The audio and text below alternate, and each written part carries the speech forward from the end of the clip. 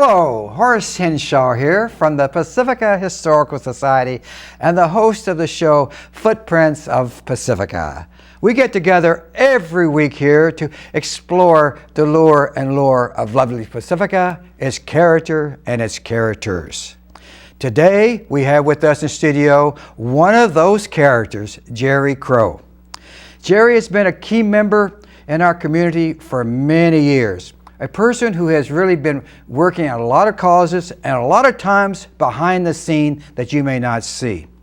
We thought it would be enlightening just for you to see and talk and see what Jerry is all about. Welcome to the show, Jerry. Thank you, Horace. You know, I've actually known Jerry for probably longer than most people in Pacifica.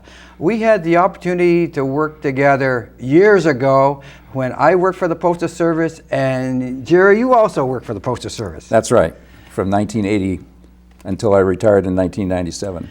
We actually worked in the same building, as I recall. That's right. That building is no longer there for us. No. No, we worked together in San Bruno, and Jerry retired actually before I did. So, Jerry, before we talk about your exciting experiences living in Pacifica, perhaps you can take a couple of minutes and just share with us your life before Pacifica, your early childhood, your education, your job, and just what brought you to Pacifica. All right, Horace. Well, I was born in Schenectady, New York. Like many Californians, we started out on the East Coast and found our way to the West Coast. In this case, it was right after World War II that my dad was transferred out here. He worked for GE. And this was in late 1945, and there were still a lot of restrictions on where you stayed in. We started in a hotel initially. So we landed in the Hotel Durant in Berkeley. That's near the campus, Cal campus. And the regulations required families or any occupants to move every week. You could only hold the room for a week. Well, they showed us a little mercy and would let us stay put for 2 weeks, but it was semi-nomadic existence, and I enrolled in the 5th grade over there in Berkeley.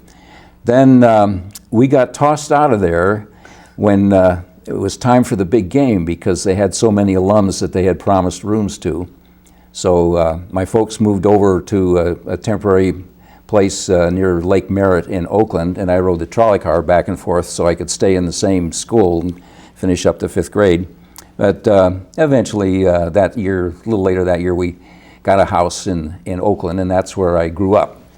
So the things I remember most about growing up were my time in the Boy Scouts. I really enjoyed that, made Eagle, and spent a lot of time hiking in the Sierras with fellows in my troop and other groups of campers.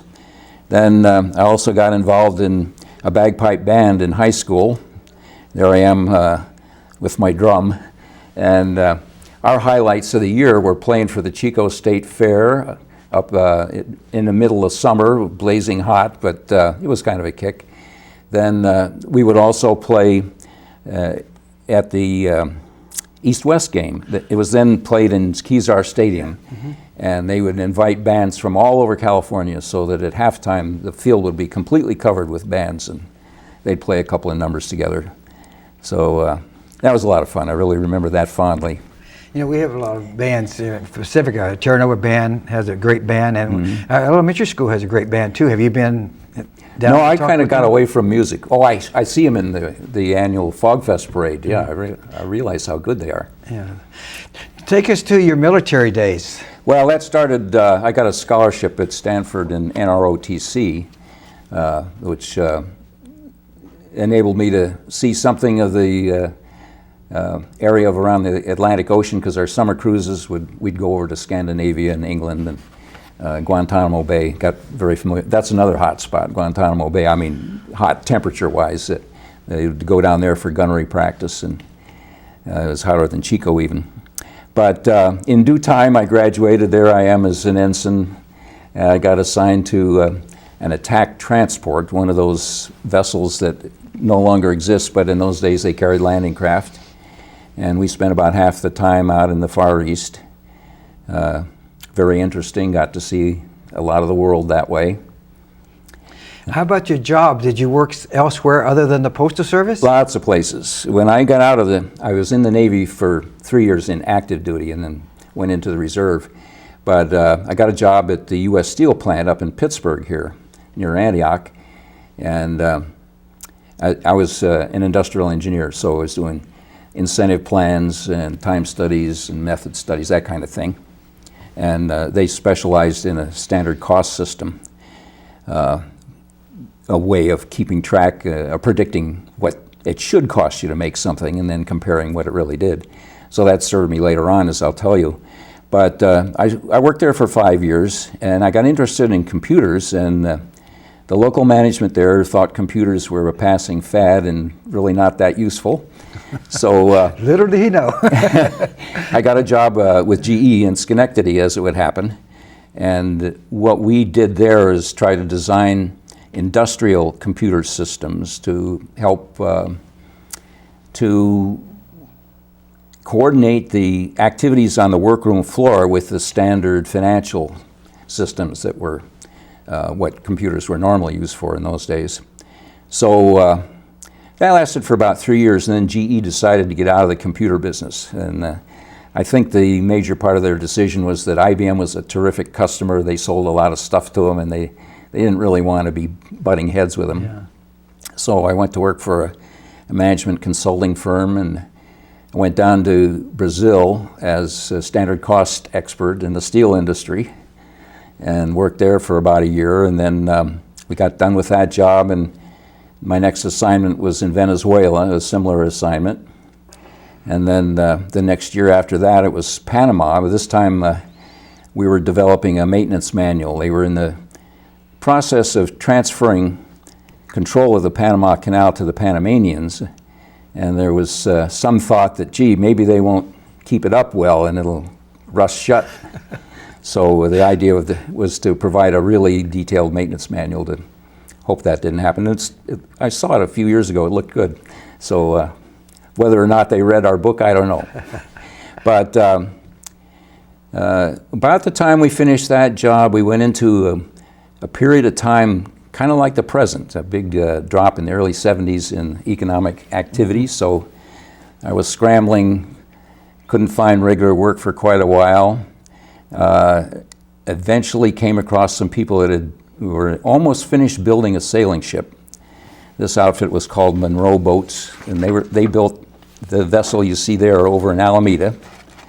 And eventually, we worked out a timeshare scheme. We were going to take it to Hawaii, and the owners would have 2 weeks aboard out there. And all we had to do was sell enough subscriptions to put the financing over. It turned out we weren't successful. There it is. I don't know if you can pick up that color picture, but we were tied up at the old Grove Street Pier. It's been converted into a modern container facility now. It's at the foot of what is now Martin Luther King Jr. Boulevard. But it was cheap at the time. We were scrambling for money all the time on that. So we went broke and lost possession of the Infinity. Eventually, I saw a really bad movie that a friend had come across called Land of the Alive, and the Infinity had been used to take some scientists out to this island where some mutant babies who had been contaminated by the environment and turned into physically strong but hyper-aggressive kids that had a cannibalistic tendency. So that was the movie. Then I lost track of it, and I don't know if it still exists, but it was a concrete hull and theoretically could last for 50 years. Anyway, I dwell a little more on that than it warrants probably, but it was kind of a kick in a way. So you eventually ended up with the Postal Service somehow, though. Yeah, I had one more stop. I went to work for as a field superintendent for a construction outfit over in Contra Costa County, making wood frame office buildings. And we were doing good business, but it turned out that the boss was a crook. And one of the clients, who was a lawyer, found it out. And anyway, he succeeded in shutting us down. So that wasn't too good on the old resume. So yeah, the Postal Service rescued me from oblivion. And I was fortunate to come in just when they were beginning to automate the mail sorting process, and it was a very interesting time. They were just beginning to master the art of optical character reading by machines, that is, and it was like being on the threshold of a new age almost. So I got a real kick out of it, and certainly paid for the bread and butter. That's right. And you retired in what year now? I retired in January of 1997. And when did you come to Pacifica then? Well, I had been living in Pleasant Hill, and I joined the Postal Service in 1980. I'd been commuting by BART and then later bus, that eventually wound up working at the western region of the U.S. Postal Service office in San Bruno. So that was a long commute. I got a lot of reading done, but it was something I wanted to fix. And for a long, long time, I'd admired Pacifica. I thought, gee, that's a wonderful looking community. I'd sure like to live there someday. So housing market took a dip in the early 90s, so I took my chance and bought a place.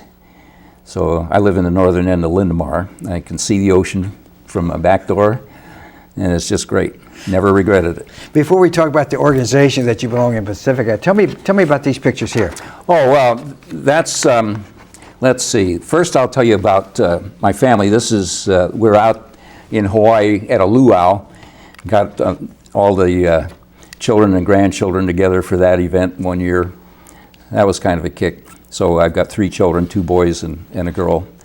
Then you'd asked me earlier about any interesting trips. So I took a trip to Russia one time, and it was a river trip. We started in St. Petersburg and made our way down to Moscow. You can do that all by water. And you have evening entertainments on these cruise ships organized by the staff. The staff were Russian teachers who could speak English, and they were really funny. So anyway, this was myself and 3 cohorts. They're all about the same size. So we were doing one of the scenes from Swan Lake, and we were rewarded by excellent recognition amongst the audience for our efforts. Did you win Academy Awards like what might happen this year with Swan Lake? No, I guess I got a free beer out of it. Now, you belong to so many organizations in Pacifica, but probably the most dearest to you is the Pacifica Historical Society. How and when did you get involved with the Historical Society? Well, that was the first group in town that I joined. My good friends Connie and Mason Brown thought it would be a good way to get myself more tied into the community. So, and the Historical Society at that time had slowed down some, and so they said, why didn't I be president? I thought, gee, I don't know, what do I know about history? Come on.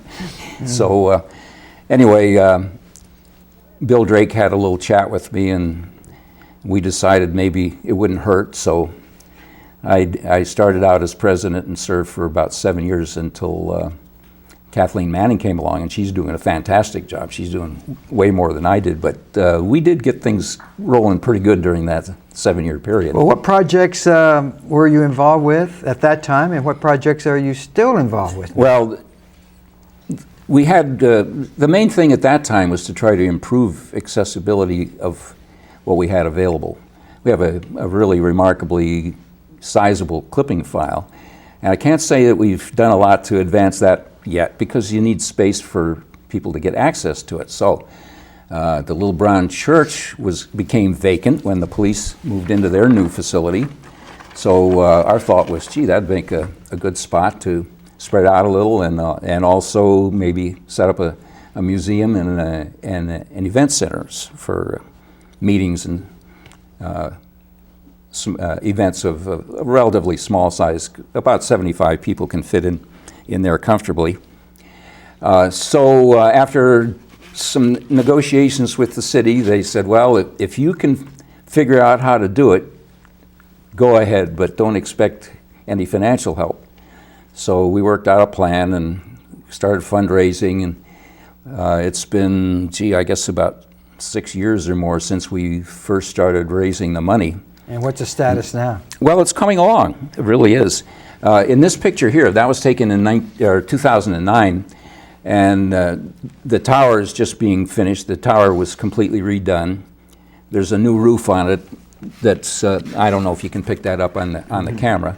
Since that was taken, though, the siding on the entire south side has been replaced, and the buttresses were totally rebuilt. And we're in process of doing the same thing on the north side. Also, on the interior, it's entirely insulated now, and sheetrock is going in. That's a piece of work in progress. And if by some means we had a lot of money bestowed on us, $100,000 or $150,000 in the near future, we could get the place open for business this year, we think. That's feasible, but unlikely. But our goal is to have it to be a public facility that will have many uses. Now, switching to wearing your engineer cap now, you obviously are involved with the Ocean Shore Railroad. Yeah, a gentleman, John Smalley, who has been a student of the Ocean Shore Railroad for, I guess, all his life, and has his own mini museum in his home devoted to that subject, heard about this railroad car up in Sebastopol, car 1409, the last passenger car that was ever built for the Ocean Shore Railroad. It was available, so Kathleen Manning and Bill Hall funded the initial effort to get it moved down. It cost us a little over $5,000 to set it up to move and truck it down here. And we've been working on it for several years. This picture shows how it will look when the rear end of it, when it's fully restored. The other picture, that's upside down. There you go. That's what the interior looks like now. It just shows you how much we had to disassemble in order to redo the framing. We had to replace some of the metal work underneath. It was maybe an 85% rebuild. We thought initially it might be 40%, but it's a big job. But it's definitely coming along, and I give great credit to a man named Scott Linder. He's a local carpenter who worked on a similar restoration project for the Bechtel car that's right outside their headquarters up at number 50 Beale Street. Without his expertise, we could not do this job. But anyway, it's coming along. Now, Pacifica is very unique. We're one of the very few cities, probably the only one in the area, that has its own castle. And you are very involved with the castle.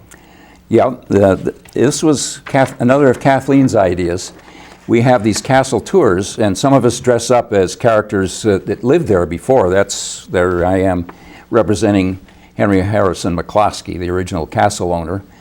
And that's in the main living room of the place, and you can see it's just stuffed with art that Sam Mazza collected there while he was alive. When he died, he didn't have any children, so he left a trust to enable the continued operation of the castle as a nonprofit organization.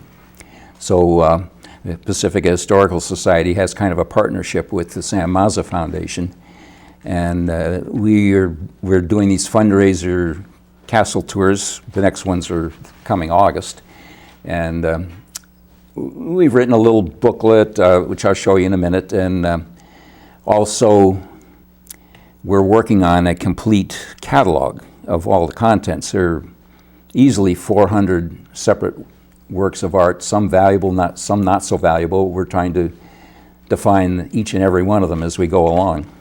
Now, let's don't stop there. You're very involved in other things other than the Historical Society. Share with us some of your civic duties that you do. I know you're involved with the Rotary Club and a couple other organizations. Yeah. I got into the Rotary Club, I guess, I don't know, maybe 1994. Don't remember exactly. But our emphasis is mainly on community projects, but we also do quite a bit internationally. I'll just mention some of the projects in the community that we've done over the years.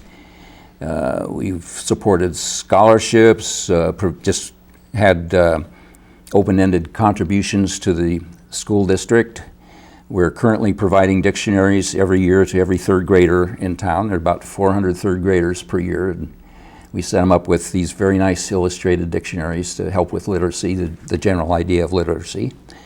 We've had a lot to do with youth exchange, high school kids that come from foreign countries and reside here. There are other groups involved in that too, but we work in partnership with them. We do food drives every year for the Resource Center. And we're working on, or we've just finished donating the cost of the 4th police dog that we've donated to the city of Pacifica. We've painted a number of buildings. Most of them have been individual homes, but we also repainted the Sanchez Library last year. That was a little bit bigger than we thought when we got in, but you know how it is. Once you start, you can't give up. It's like having a bear by the tail, they used to say. And currently we're working on the Rotary Plaza to kind of dress up the environment of the Pacifica Center for the Arts by the concert hall. You forgot the dog show at the annual yeah. Park. That's right. Well, that's kind of just for fun. We make $100 or so, but we want to keep ourselves in front of the community. So we man beer booths and do the dog show on the 4th of July. Our major fundraiser used to be the carnival, but the costs of that, the permits kept going up and up and up, and eventually we were squeezed out of that. So now we do dinners, and we have a bowl-a-thon coming up in March. You also got active and involved with the West Sharp Park area too, did you not? And you trying to do something historical with that part? Yeah, it seemed to us that it made a sensible idea to attract visitor interest by emphasizing the quaintness of some of the older buildings in Sharp Park. So we're trying to make the idea grow a little bit. If it works, then, and hopefully we'll have our museum up and going by then, and maybe the city will permit us to park the railroad car next to the Little Brown Church. That way we'd have much more of a draw, and it would provide more visitor interest and also information for local people as well. So we like to think that something really attractive can be made out of the environment there. Great, that's great. Now you and Kathleen Manning, who is actually the producer of Footprints of Pacifica, co-authored a very popular book on the history of Pacifica. Explain the decision to write that book. Well, actually before we wrote that book, you asked me what led up to it. The first one that got written about Pacifica, oh, I'm sorry, that's right Half Moon Bay. Pacifica. That's the first one. Right. And that was Chris Hunter, Bill Drake, and several members, Paul Azevedo, Lydia Azevedo, and myself. We did that one. And then it did well. It was the best-selling type of history book of its type. It's kind of an informal pictorial thing. So they asked Kathleen later on, how about doing one on Half Moon Bay? So she and I did one on Half Moon Bay. And then later on they said, oh, we got a new format that it's a then and now kind of a format. Each page has an old picture and a new picture with a little blurb on the transition. So then Kathleen and I wrote this one, Pacifica Then and Now, which is the most recent one. And it's doing pretty well. Now, these make good gifts. I've bought several myself to give as gift to people. I think that anybody who really lives in Pacifica and interested in the history of Pacifica should really pick up the Pacifica books, because they really give you a background of what's happening in our community. Yeah. And Thank you for saying there's that. even a couple of sports items mentioned in the book. Yeah. It could have been more, but we didn't find the photos we needed until after the publishing date, unfortunately. Now, explain this one. You talked earlier about the castle now. Yeah, when we first decided to try the castle tours idea, I wrote this little booklet. It's a capsule history of the castle, when it was built, all of the various owners over the years, and it's got a few shots of the interior. So everybody that goes on one of the tours gets a copy of the booklet to take home with them. That's pretty neat. Yeah, and that castle had an interesting series of owners. It was a speakeasy during Prohibition days, and I guess just before that it had been an abortion mill, and the doc that ran the place, he actually lived in Berkeley, but he got arrested and sent to San Quentin. He said it was just a convalescent home for young ladies that did not wish to be mothers. It's a great view of the ocean from there too, isn't it? Yeah. Oh man, I tell you. Hey, what other books are you thinking about writing? Oh, I think that'll do it for books. You're going to put I don't have anything in mind at the moment. There's no second chapter of the history of Pacifica book then, huh? Well, we might do something about West Sharp Park, but it'll be more of a pamphlet idea probably, if that begins to gel. Right. Yeah. It takes a lot of people wanting it to happen, and there's a lot of history. It's not something we can cause to happen by ourselves, but if the community really gets interested in it, then who knows? There's a lot of history here in Pacifica, don't you think? There is, yeah. Very interesting transition from the Indian days to Spanish to Mexican to farm days and the housing boom and now the lovely little community we find ourselves in today. No, it's amazing. I just enjoy. I do a lot of research, particularly with sports, obviously, but I do a lot of research and going through the archives of the Tribune and just going back to the Tribunes of the 50s and 40 years ago type thing. It's really amazing what you can pick up of the history of Pacifica and how everything has tied together and how we got this far. So it's pretty neat. So what's on the horizon for Jerry Crow? What activities or projects are you getting involved with in the future? Well, I haven't thought much about the future because I'm really so involved in the fundraising for the Little Brown Church and the Ocean Shore Railroad car that can't think ahead too much. The only additional project that has occurred to me is the idea of trying to make something coherent about the Sharp Park Old Town notion. But it'll certainly be a couple of years before there's any free time for that sort of thing.